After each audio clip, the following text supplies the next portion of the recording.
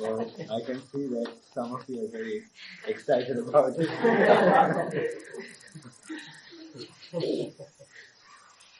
So tomorrow we'll take the test. The test will be only for the second part, and the question will be simple. How did you find the questions of the midterm test? Was it easy? Or should I make it a little more difficult? Okay. So, yes, Dr. Kripa.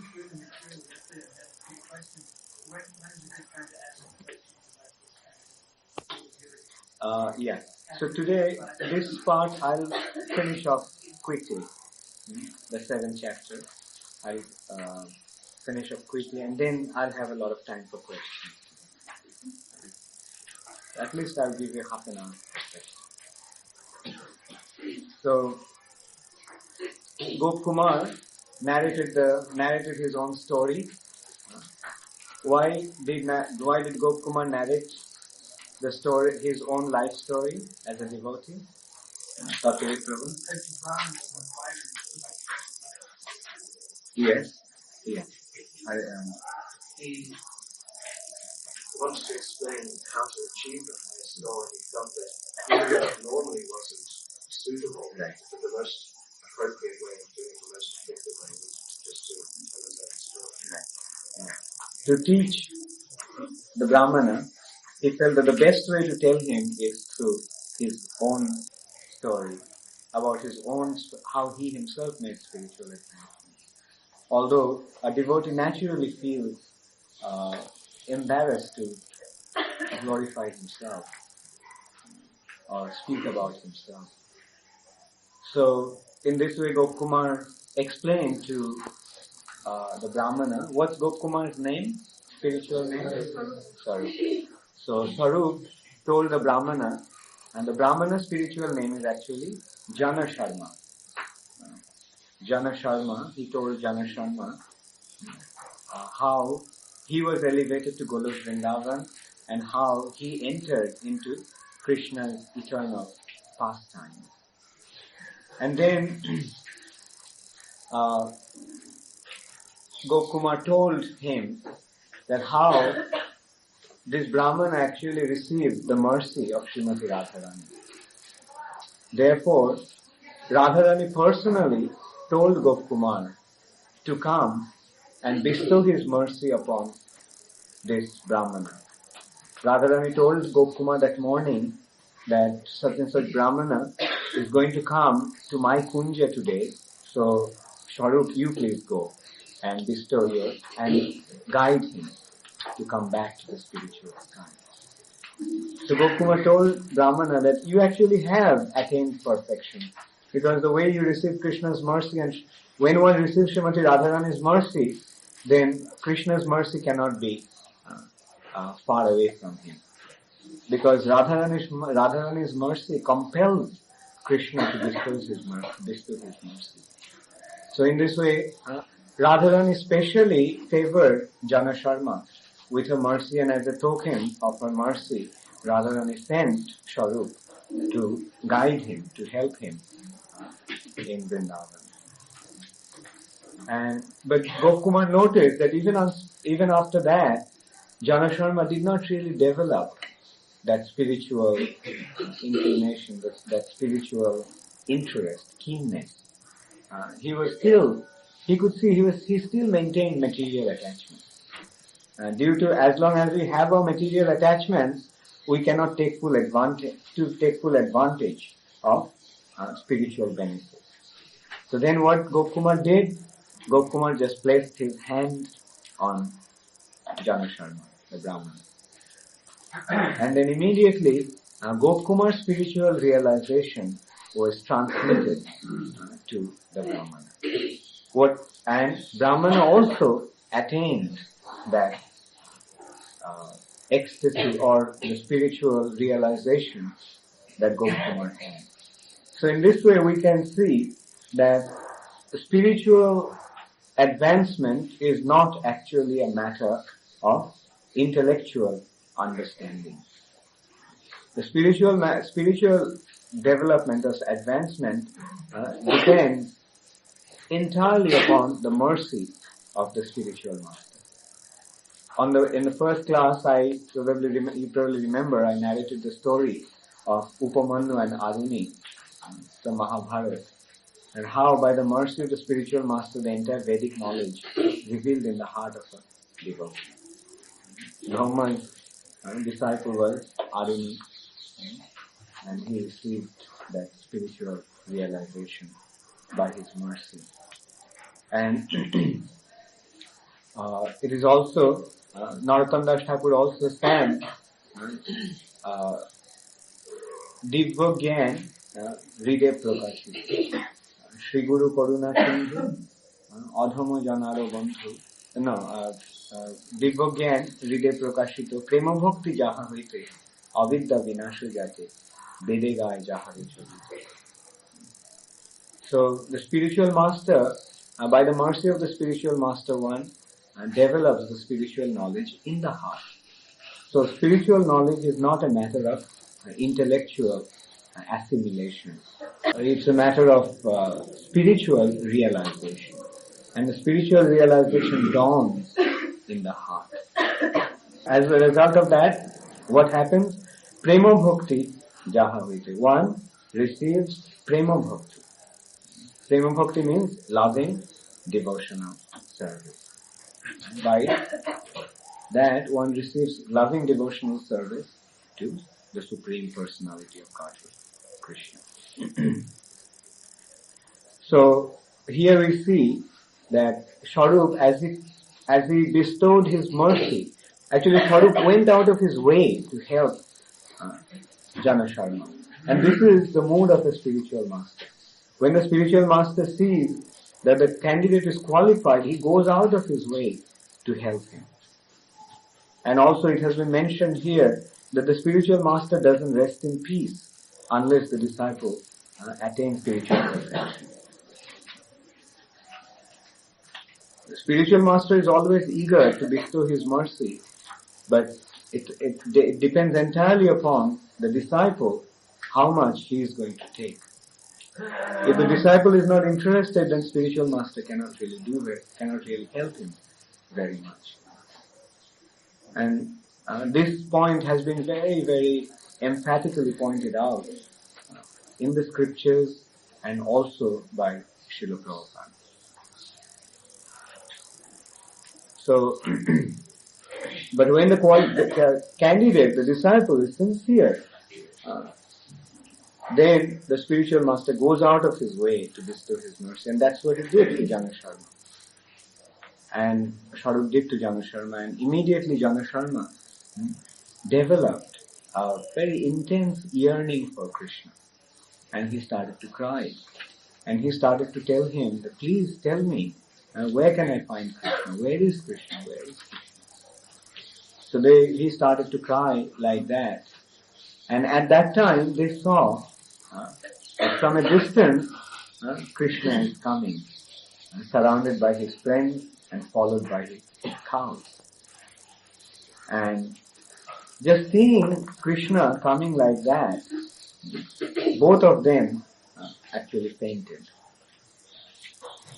Krishna's beauty and Krishna's playing of Krishna's flute, the activities of the transcendental activities of Krishna are so attractive that as soon as one sees that, he becomes immediately overwhelmed with ecstasy. And that's what happened with Jana Sharma. First of all, Jana Sharma developed that intense yearning to see Krishna. And as he did that, as he developed that intense yearning as a mercy of his spiritual master, Charu, then he could see Krishna face to face. And he saw Krishna so beautiful. And therefore we notice that in the scriptures that whenever there is a description of Krishna, there is a detailed description of Krishna's beauty. As if the observer is never satiated and never feels the satisfaction in seeing Krishna's beauty. The more he sees, the more he becomes attracted. That's why it is called Nitto Navo Navayaman. It's ever new, always becoming, it's always newer and newer experience. Nitto Nava Navayaman. Actually, we become tired, we become bored when we see one thing time and time again, or when we hear one thing again and again. But that's not the case with spiritual subject matter. The more we speak, the more we relish it. The more we hear, the more we enjoy it. And the more we perceive, the more we appreciate it. So that is the beauty of Krishna, and that is the beauty of the spiritual nature. So when Krishna saw that these two boys fainted, Charu and Janasharma, fainted like that, seeing him, then Krishna, who is Bhakta Vatshal, who is the protector of the devotees, who is the maintainer of his devotees, he immediately came running, and with his two long arms he embraced them. And while embracing them, Krishna himself also fainted. So in this way, all of them fainted. Krishna embraced them, and they all fainted like that. And then when they came back to the senses, Krishna told Janasharma that, my dear crest, jewel of the Brahmanas, the moon of the Brahmana dynasty, I'm very, very happy that you came back. He said that for a long, long time, I had been waiting for your return. And now that you have come back, I feel very happy. And Krishna also said, by your blessings, by your mercy, I am doing well along with the other members of my family. So in this way, Krishna shows special respect to the Brahmanas. Krishna is telling them that actually, I feel very happy that you are here, that you came back, and I'm very thankful to you that you have always been very affectionate to me, and you always showered your blessings upon me, and as a result of that, I am leading a very happy and peaceful life along with the other members of my family. So in this way, Krishna glorified the Brahmanas, and then Krishna took the cows and playing the flute, making different sounds with his mouth. Krishna actually led the cows to drink water. In different scriptures like Gopal Champu, the signals have been given. Like what kind of sound actually indicates what movement of the cows. Like one kind of sound would tell the cows go and drink water. One kind of sound would tell the cows to stop. One kind of cows will call the cows back. So Krishna is very expert in those sounds. And so making that sound this time, Krishna actually led the cows to drink water in the Jamuna. And then he before that, after Krishna came back to his senses, Krishna actually felt extremely grateful to Janasharma that he came back. And he felt that this person has given me everything. So what can I give him in return? And this is how Krishna feels towards his devotees who surrender themselves completely to Krishna. So Krishna felt, how can I reciprocate? How can I repay the debt? Like he has given me everything, and now even if I give my everything even if I give myself to him, that will not be appropriate reciprocation, because that will be equal. But my return should be more than what he gave me. Now he gave me his self, and even if I give myself to him, that will not be enough. So Krishna felt unable to repay to the devotee. So what Krishna did, Krishna started to pull out all the ornaments from his body. And he started to decorate Janasharma with his ornaments. Krishna felt that I cannot return the debt, I cannot reciprocate with what he gave me. And out of this intense feeling of inability to really repay to Jana Sharma, he became so overwhelmed that he started to pull out his ornaments from his body and dressed Jana Sharma with them. And in this way, he dressed him like a cowherd boy. So here also it has been pointed out that since Gop Kumar is a cowherd boy and Gop Kumar is the spiritual master of Jana Sharma, therefore Jana Sharma also is in Shakharas. Yes, since his spiritual master is in Shakharas, in a mellow of friendship, Jana Sharma's mellow is also friendship. So he was included into Krishna's clan in Shakharas as a cowherd boy.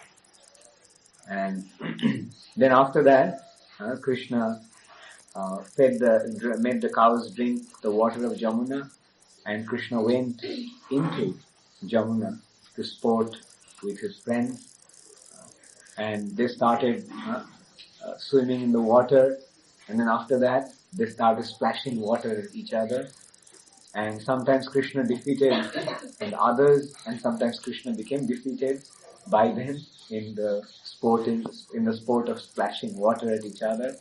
And when Krishna was defeated, he just turned his face and spread his palms in a way to protect himself from the thrust of water. And then at one time, Krishna just swam into the lotus garden, lotus garden, and thus Krishna became camouflaged. The Krishna's blue body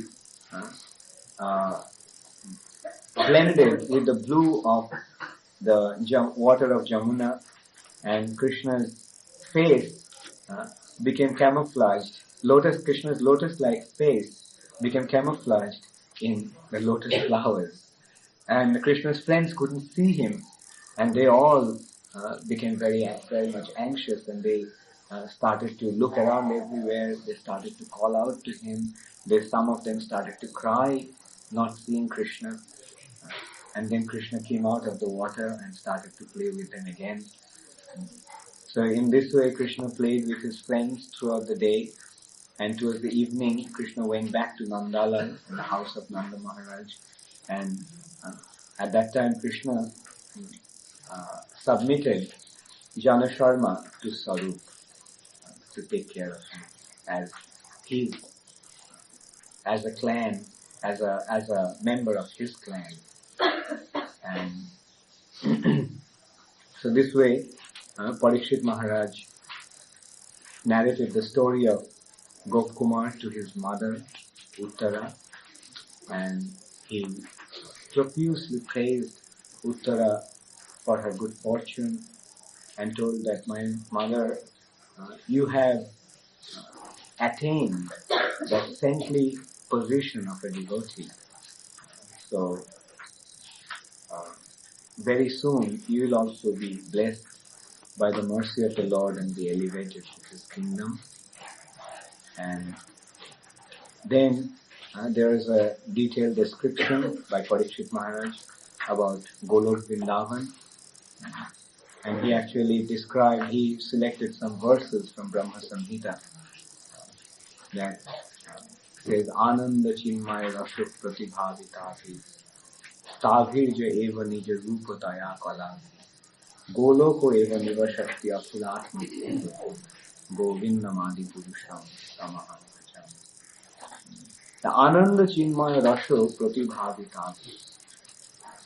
The region of Golok Vrindavan is filled with transcendental ecstasy. Ananda Chinmaya Rasha. And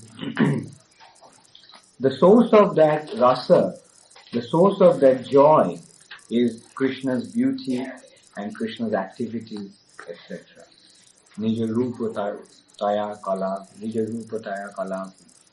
And Krishna resides eternally in Golok Vrindavan. Nija rupa taya goloko eva nivasati akhilatma. So although he is situated in Golok Vrindavan, he is all pervading. He is everywhere. So that is the spiritual abode of Krishna, and that is the spiritual position of Krishna. He also described how the Golok Vrindavan is the topmost region of the spiritual sky. Goloko namni nijadhamni tale chatasya devi mahisha haridhamni suteshu teshu tete prabhava nichaya vihitaschedena govindamadi purusham tamaham. The topmost region of the spiritual sky is Golok Vrindavan. And below Golok is Vaikuntha, Haridham, the abode of Sri Hari. And then below Haridham is Mahesh Dham, the abode of Lord Shiva. And then below the abode of Lord Shiva is the material nature, or Devi Dham, the abode of Devi. And then he described the glory of Vrindavan by saying, Shriya Kanta Kanta Parama Purusha Kalpatarava Druma Bhumish Chintamani Ganamai Toyam Amritam Katha Ganam Nattam Gamanam Api Vamshi Priyashaki Chidanandam Jyoti Paramam Api Tadashantam Api. Shriya Kanta Kanta, the gopis there in Vrindavan are actually Lakshmi. All the gopis in Vrindavan are Lakshmi Devi, Shriya Kanta Kanta. And Kalpatarava Druma. The trees there in Vrindavan are desire trees, Kalpa Vrikshas, Kalpatarava Druma. Bhumish Chintamani, and the land in Vrindavan is touchstone, Chintamani. Ganamai Toyam Amritam. And the water there is nectar. The water of Vrindavan is nectar. Katha Ganam Nattam Gamanamati. And there every word is music. And Nattam, every word is music. Katha Ganam Nattam Gamanamati. And every movement is dance. That is Vrindavan. So here,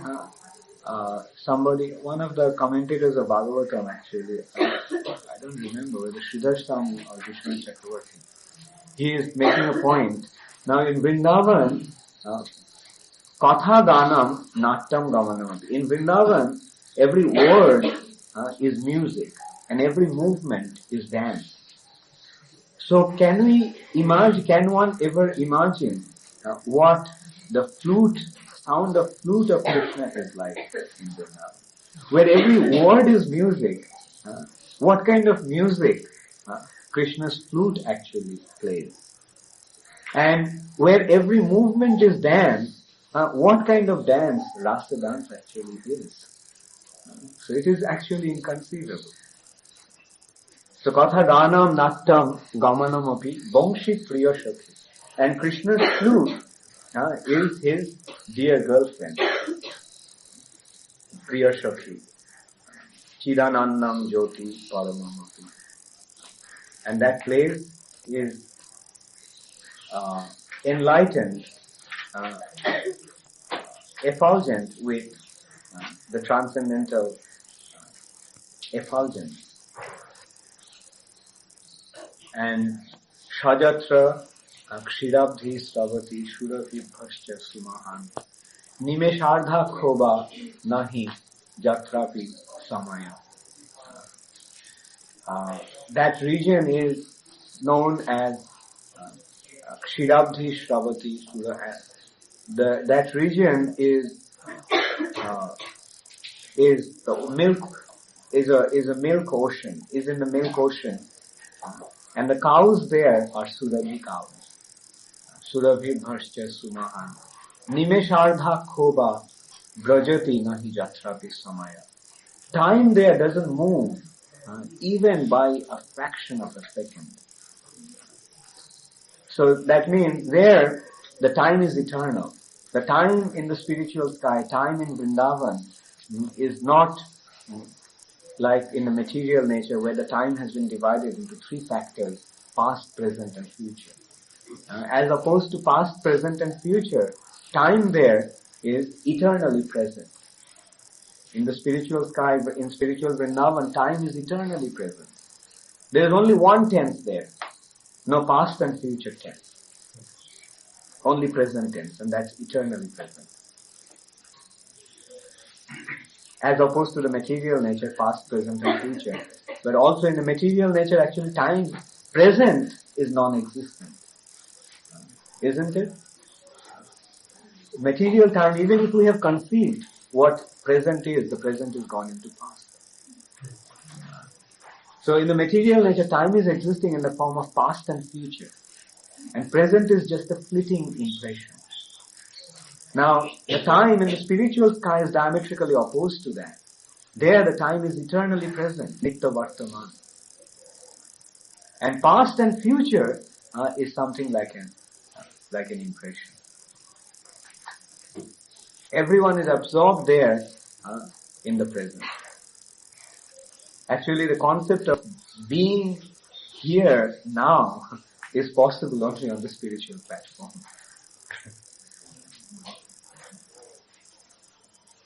So in this way, the glory of Golok has been established through the Bhagavatamrta. And then there is a brief discussion between Jaimini and Janmejaya.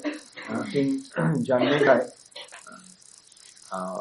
expressed his gratitude to Jaimini, that how wonderfully he revealed the essence of Mahabharata. He said that he heard this from Vaishampayam before. The same verses he heard from Vaishampayam, but he did not have the proper understanding. But that has been revealed through the explanation of Jaimini. And from that he could understand that Golok Vrindavan was even beyond Vaikuntha.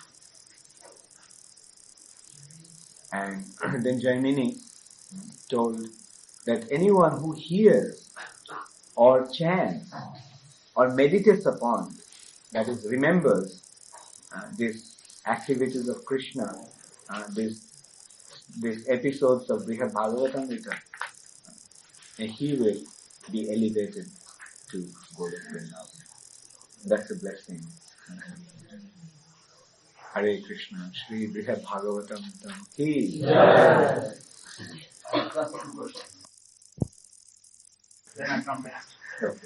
So that's a bit trouble.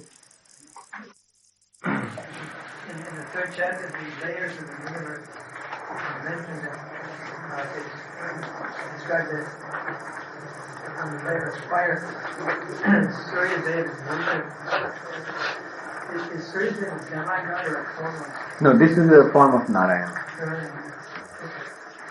Now, you told us who the controller of the earth and water and fire, or the first three layers were, but you didn't mention who the controllers of fire, air, fire, and non-controllers that were worshipping the different forms of the earth. Is that important? I didn't mention because they are not mentioned in the book actually. So I didn't want to add something that was not in the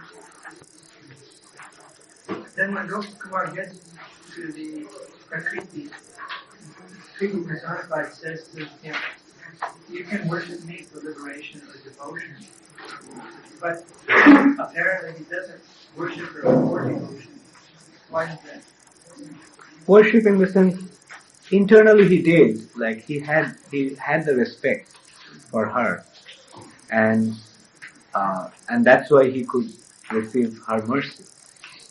Right? He was a devotee, so he didn't desire anything besides devotion to Krishna, and that itself was a worship to her. But here she actually clarified the point. She emphasized the point that we cannot actually get out of the material nature, even we cannot attain liberation or devotion without being respectful towards Mahamaya. We have to, although we do not place them on the same position, but we must recognize them as devotees of Krishna. And we must worship them as devotees, like Devi and Shiva.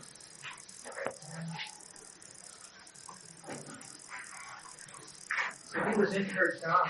He was in that, it's called baby Brahman. There he saw a bright light and then he saw his personality of God, and he said that Shiva came down from a higher plane. Yeah, that was beyond her dham actually. Yeah. That was Brahma Jyoti. In the region of Brahma Jyoti, he could see the personal feature of the Lord and also the impersonal feature of the Lord. Like this actually Shantanu Goswami is pointing out that Upanishad sometimes describes the Lord as personal, Brahma as personal, and also sometimes impersonal. So in that region, one sees him either as personal or impersonal. And Shiva is said to descend from a higher plane into that arena where Gopakumar was seeing this Brahma Jyoti. He's coming from his own Now, yeah, into the Brahma Jyoti. right. That shows that Lord Shiva's abode is beyond Brahma Jyoti. His Gokula pastime happened along with Krishna's pastime in Dwapara. Well, we cannot really, measure it by time. It was obviously, it's some other time because Gokumar was born in Govardhan. So when Gokumar was born in Govardhan in this Vrindavan, Krishna's pastimes were not going on. So it was not, the only thing I can say is no, it was not at that time. Whether it was before or after, that is irrelevant. Because Krishna's pastimes, now before or after of which pastimes? Because Krishna's pastimes, yeah. No, I meant like time and time, once in every day of Brahma, Krishna's pastimes were going on. So it was before one pastime and after another pastime. Right? Right. Second point is, even though Gokumar did not ask for the favor of inclusion into Radharani's own group, that means he was not seeking Madhur Rosh. Consciously he was looking for Shokha Rosh. Even then he was not deprived of the mercy of Radharani. Is that so? Yeah, that shows that every devotee is Radharani's concern. So I'll take it in this order. Yourself, Shesha Prabhu, yes. Then Achyuta Govinda. Yeah, Shesha Prabhu. So Radharani favors this I guess it's causeless. Yeah. But is it some predestination almost? Or maybe Predestination, yeah. Actually, the impression that comes to my mind from the overall narration is that you see this Brahmana received the mantra from Devi. So the Devi is actually an expansion of Srimati Radharani. So that itself is an indication that Radharani was bestowing her mercy upon him from the very beginning. So that's why through Devi he received the mantra in a dream. so anybody that goes back to the spiritual world receives the mercy of the spiritual master is actually being favored by Radharani like that. As this is an example of how Especially the Vrindavan, especially entry to Vrindavan is dependent upon or relative very much to Radharani's mercy. Because Radharani is Vrindavaneshwari. So without Radharani's mercy, entry to Vrindavan will be something like trying to enter into a country without the permission of the king or queen. Yes, Achyuta Govinda. As you were mentioning the appearance of Krishna and one day of Brahma, one of the questions came up in my mind regarding this Krishna of the three yuga avatars for the three different yugas, and there's one Krishna avatar who apparently appears every Papa yuga. What kind of personality is that? Is that Yeah, he is a yuga avatar, but he is not Krishna himself. If the Krishna himself comes, once every day of Brahma, on the 28th Dapar of Brahma's day. Whereas that Yugavatar, Krishna, comes in every Yuga, every Dwapar Yuga.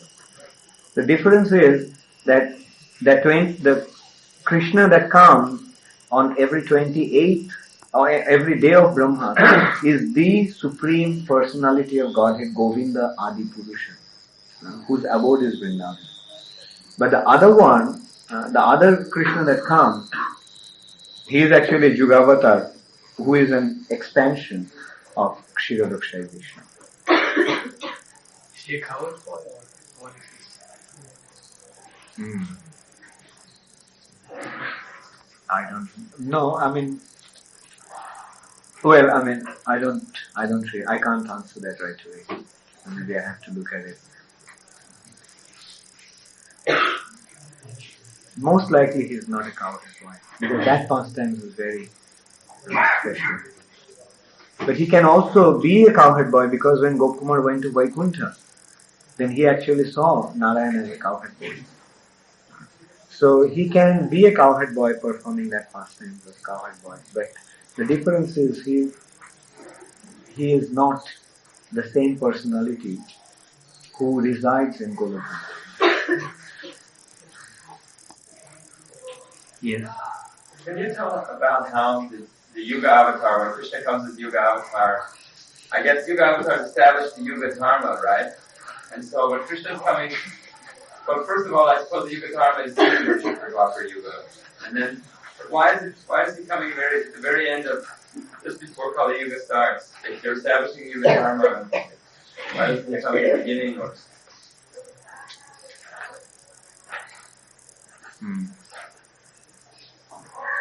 Actually, the deity worship was already going on when Krishna was here, because it has been mentioned in Chaitanya Charitamrita that Shishupal and Jarasandha were actually worshipping Narayana.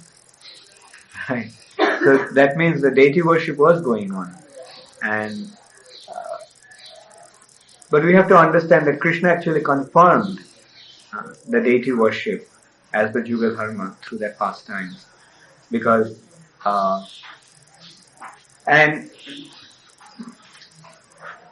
why he did it at the end of Dwapara, I don't know. As a Yugavatar, in that case, I mean, if that was his main concern, he should have actually come towards the beginning to establish the Yuga Dharma. I heard that in this kalpa that the Dwapara and Treta Yugas were switched or something. But yeah. On the 28th Dwapara, that's what happens. That Dwapara and Treta get switched over. Actually, the regular order is Satya, Dwapar, Treta, and Kali. But in this age, when Krishna himself comes, gets switched over. The Dwapar comes before Treta. Now, there is a reason. It has been mentioned in Puran, but I don't distinctly remember, but vaguely I can remember. And as much as I can remember, I can tell you. Like, it was due to a curse of, I think, Bhrigu to the Yugas. That they would, I don't distinctly remember, but it was due to, apparent reason is that there was a curse by one of the sages that the Yugas got switched. But the actual reason is that Krishna comes in a Dapar, and Dapar is placed just before Kali. Because Mahaprabhu comes, Krishna comes as Chaitanya Mahaprabhu in Kali. Now if Krishna came and Dwapar was in between, then Mahaprabhu's appearance wouldn't have borne such significance. Therefore, it is placed just before Kali to directly link Mahaprabhu's appearance with Krishna's appearance.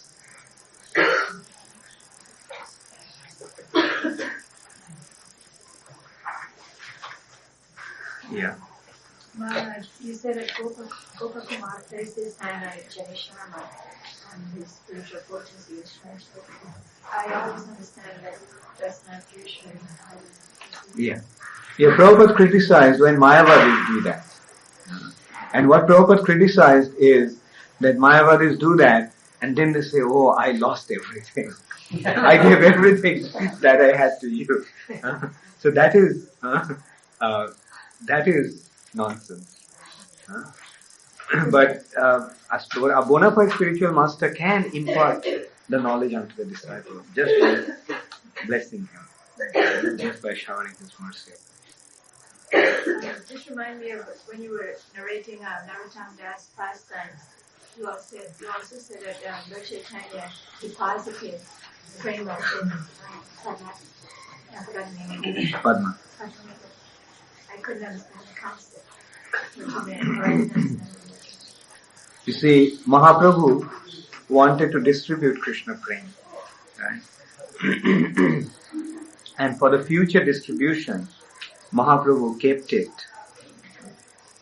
to be transferred onto somebody who would be a qualified distributor. And that's Narottam Das Thakur.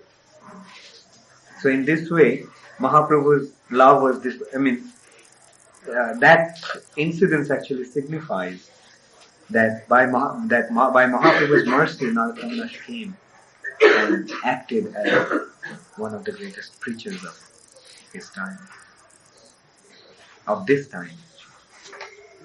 So in other words, favor Narottam. Yeah. as a qualified person to distribute. Right. Yes. We understand that Lakshmi is always hands-in hands-in pastimes of the workers. The reverse that you were quoting at the end, you mentioned how all the gopis were actually Lakshmi. I was trying to understand. Yeah. So Lakshmi of Vaikuntha, when we say that Lakshmi Devi is hankering to enter into Krishna's Vrindavan pastimes. So that is that Lakshmi is Lakshmi of Vaikuntha, right? And as long as she maintains her Vaikuntha mood, she cannot enter into Vrindavan. That's the understanding. And of course, it has also been pointed out that even for Lakshmi Devi, there is a need of surrendering unto some gopi of Vrindavan to enter into Krishna's Vrindavan pastimes, not otherwise. So without being submissive to some residents of Vrindavan, we cannot enter into Vrindavan. Even Lakshmi Devi cannot. And if Lakshmi Devi refuses to surrender, to submit unto some gopis of Vrindavan, then she doesn't get the entry. Does that mean the gopis are Lakshmi? Gopis are actually even greater than Lakshmi. I was just asking according to the verse. Yeah, that verse says, just to give us an understanding, to give an understanding to the people, those who think that Lakshmi is the greatest, right? But actually the position of the gopis are even greater than Lakshmi Devi. Yes, dear. We see in this story how we hear about how Gopamar entered into the spiritual world. And yesterday we were talking about how Narottam Das Thakur left the planet. Are we going to be able to hear pastimes of the different acharyas because they left in different ways? And things like when he melted into the Ganges. Is there those kind of pastimes that will ever be revealed to us? How he actually left and entered into the different planes? Well, I didn't really understand the question. See how Gopamar left the material universe And went back to spiritual stuff. Yeah, so there's Yeah. different pastimes with all different acharyas and stuff they go, the way they go and stuff is to me a whole different story. I see. So your question is, how did Narottam Das Thakur go back to the spiritual sky? Yeah. Well, here, the first point to consider is that Narottam Das Thakur is an eternal associate of Chaitanya Mahaprabhu. So he is always there with Chaitanya Mahaprabhu in the spiritual sky. And so there is no question of, his being elevated to the spiritual sky. It's not that Narottam Das Thakur was a conditioned soul and then he was elevated to the spiritual platform. He is actually Mahaprabhu's eternal associate. and he came down to participate in Mahaprabhu's pastimes. Although he was not present in when Mahaprabhu was performing his pastimes on this planet, but by the arrangement of Chaitanya Mahaprabhu, him, Narottam Das Thakur, came down. Yeah. Right. Yeah. Prabhupada told us when he started personal that to worship them in the mood of Lakshmi Narayan, worship Radha Krishna in the mood of Lakshmi Narayan. Yeah. So you were just mentioning that Lakshmi can't act the Krishna's personality because of this kind of... Yeah, worshipping the deities in temples can be performed in two ways, according to Vidhi Marg and according to Rag Marg.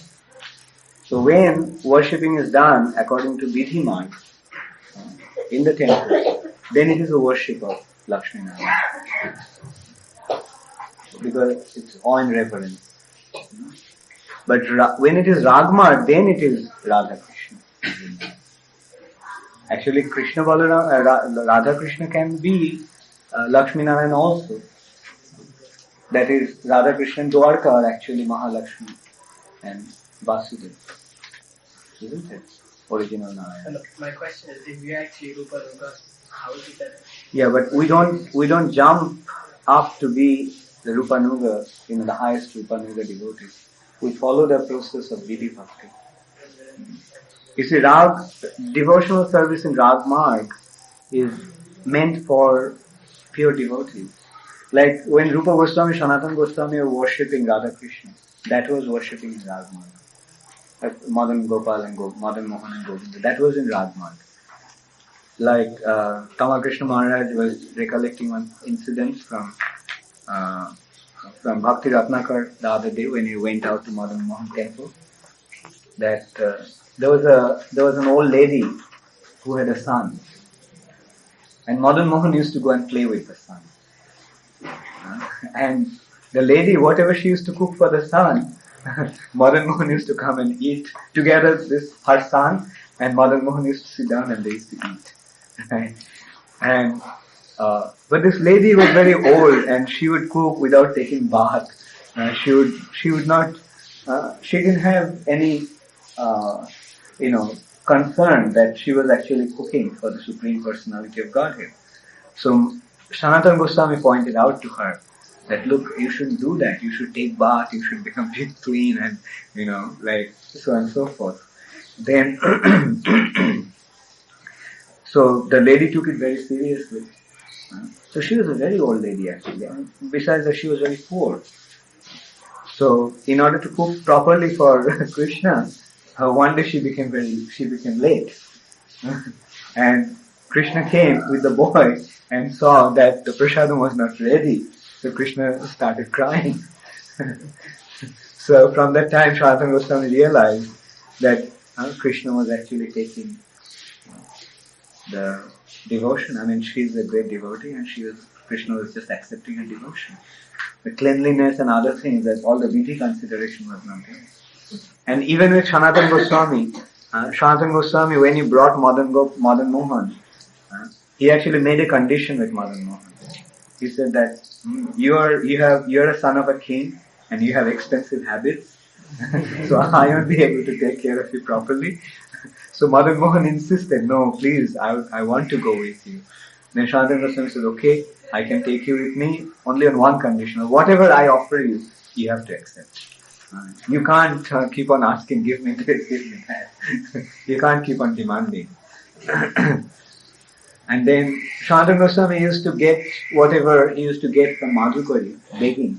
He used to cook and offer to go Madan Mohan. And in Madhukari you don't get salt.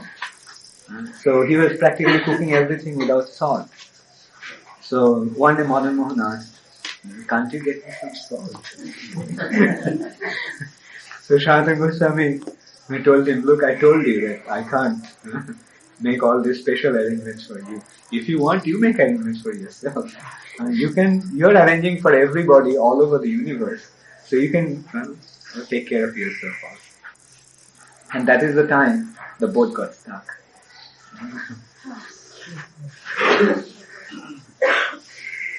The boat was carrying salt. The merchant was carrying his salt in a boat and the boat got stuck in it. Continue.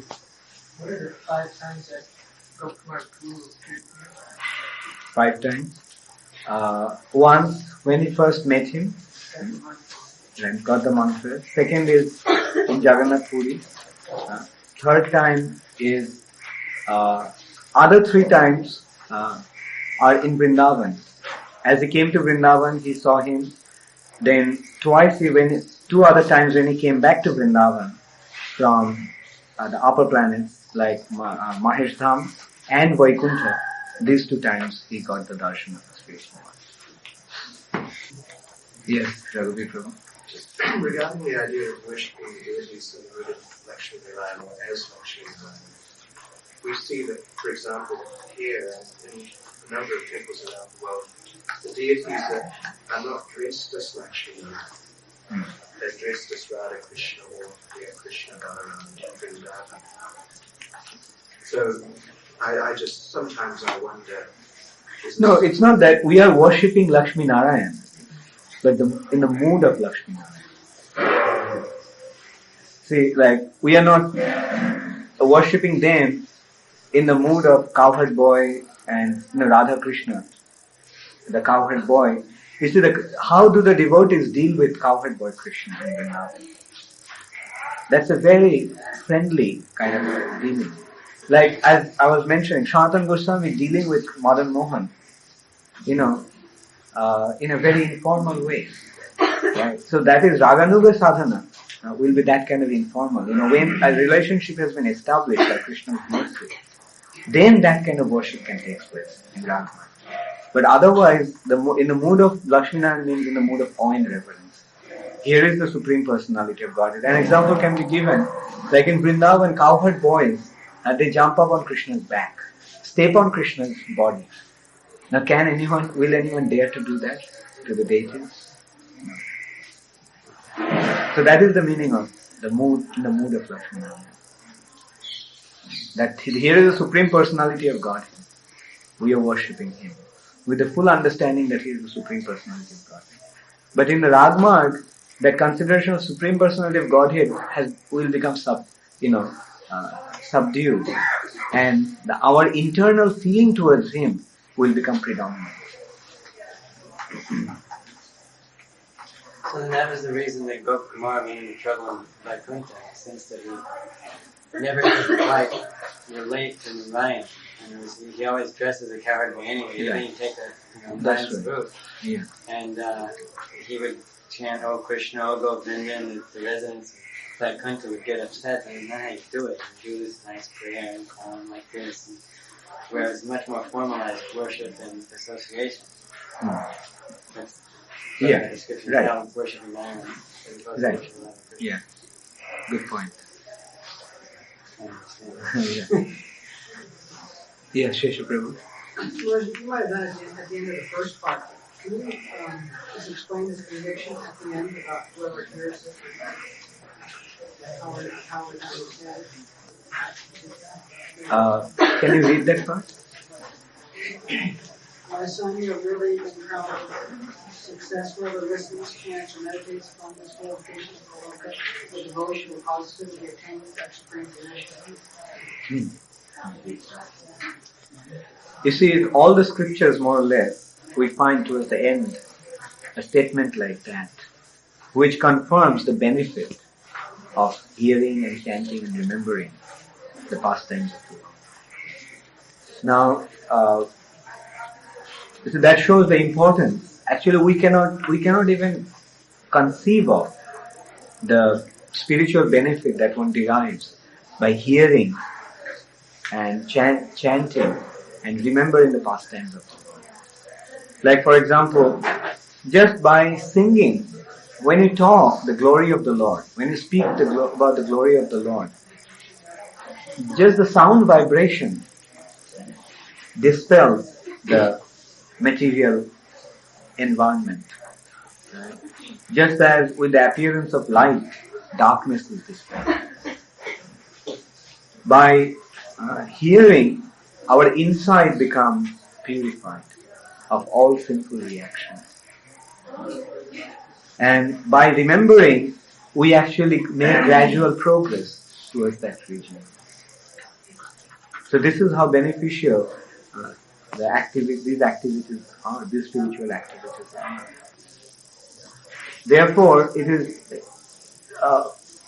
everybody should always be very concerned about these benefits and try to take full advantage of hearing and chanting and meditating upon the pastimes and performances.